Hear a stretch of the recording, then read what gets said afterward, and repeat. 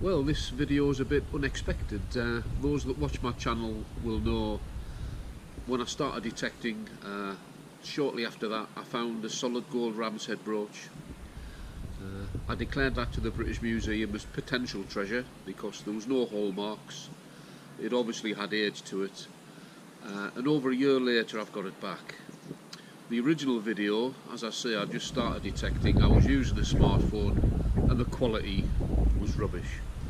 But in this video, now I've got it back, you can see the real detail of it. It's absolutely beautiful, albeit it's damaged. So what else can I say? I've had quite a few subscribers since my last video. I won't mention them on this one because it's not a live dig video. So my next video, which should be coming up in a couple of weeks, I'll give everybody a shout out. Anyway, let's go and have a look because I really like it. Oh, by the way, it's already been agreed. I'm going to give the landowner half of the money and I'm going to keep it. My first special find. So I'm pleased with that. Okay, just a bit of background in case you don't know the story. In January 2017, I'd not long taken up metal detecting, and this was my first time out on a new private position. I was the classical newbie. I was still getting to grips with my XP Deus detector, and I was also learning about videoing, and it was a one-handed jobby with a smartphone, and that ain't easy. It was a freezing cold day and the ground was rock hard, and to make it worse, it was full of flint.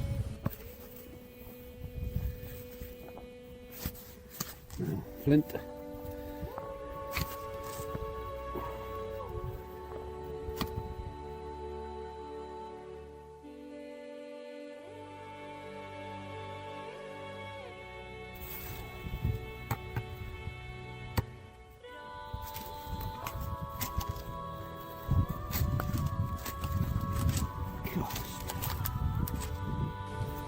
I'd found nothing but rubbish all day, and by the late afternoon I was feeling tired, cold and dejected, and I was going to call it a day. And it was then that I got this nice signal. Right, it's getting towards the end of the day. Be dark in about another 45 minutes, I reckon. I'm getting a bit cold. Not picked up much, but I have got a decent signal. We've got to pick it up again.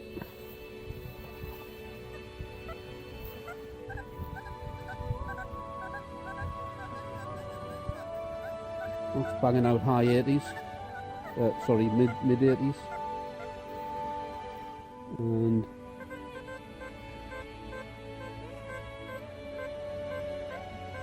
yeah, so that's shown high conductive. Let's give it a go. Looking back at the original video, I wish I'd kept my mouth shut, because my initial reaction was that it was a screw-on bottle top. Then I said I thought it was made of brass, and then when I saw the ram's head sticking out the mud, I thought it might be the top of a cane. Wrong.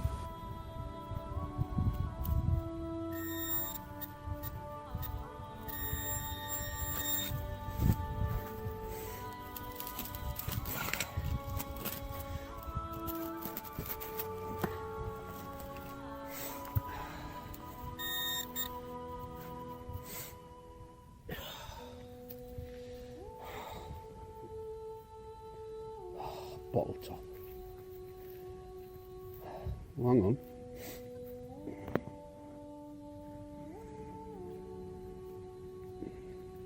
Looks like brass. No, that's a animal's head by looks. What on earth is that?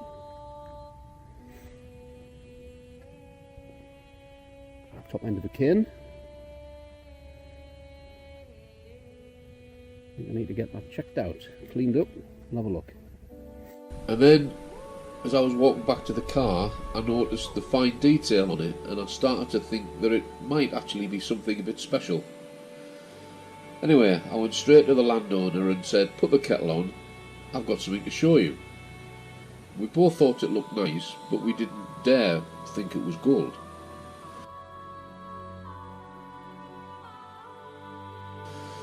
Anyway, the next day I took her to a jeweller's who confirmed they did a test and it was 18 carat solid gold with no hallmarks, and it was a brooch. And we both thought there was some age to it.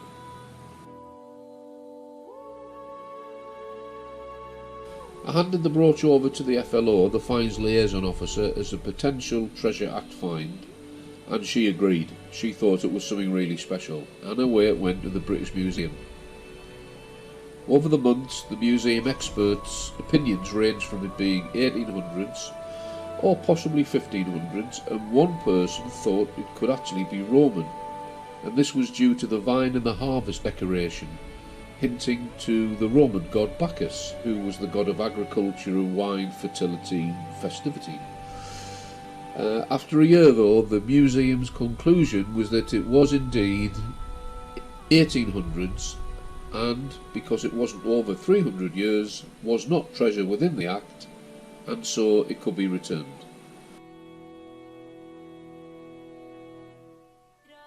Their conclusion was further strengthened because I'd also been asked to write an article on the find for the Searcher magazine. That appeared in April 2017 edition.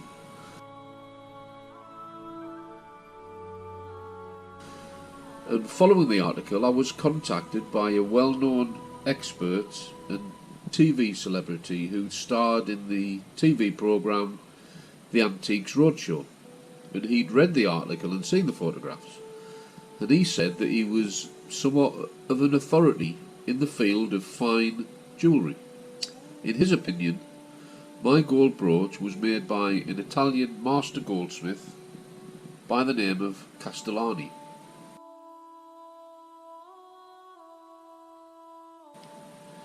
So I checked up, and Castellani excelled at recreating very fine pieces of gold jewellery in the style of the ancient craftsmen, particularly the Etruscans.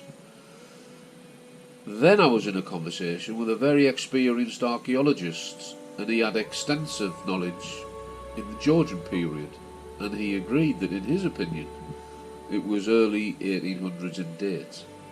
So now the brooch is back, and it's because I've had lots of people asking what happened to the gold brooch, what was the outcome. That's why I've done this video. And I just want to say, for you newbie detectorists who aren't finding anything and you feel dejected, just take heart, because I was that newbie, and this was my very first permission. And if you learn your machine and you put the hours in and you persevere, good finds will eventually come your way. And what tops this off nicely for me is that this was my first real nice find, and the landowner's happy for me to give him half the value and for me to keep the brooch for my collection.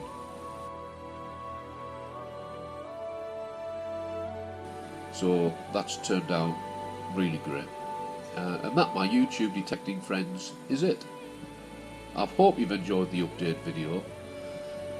And even though it's not a Roman brooch, I'm not bothered one bit, because I've got it back. So please feel free to share, like, comment and subscribe the video, and for those that do subscribe, I'll give your name a shout out on a future video. So till I post my next video from Hopius Maximus, it's bye for now.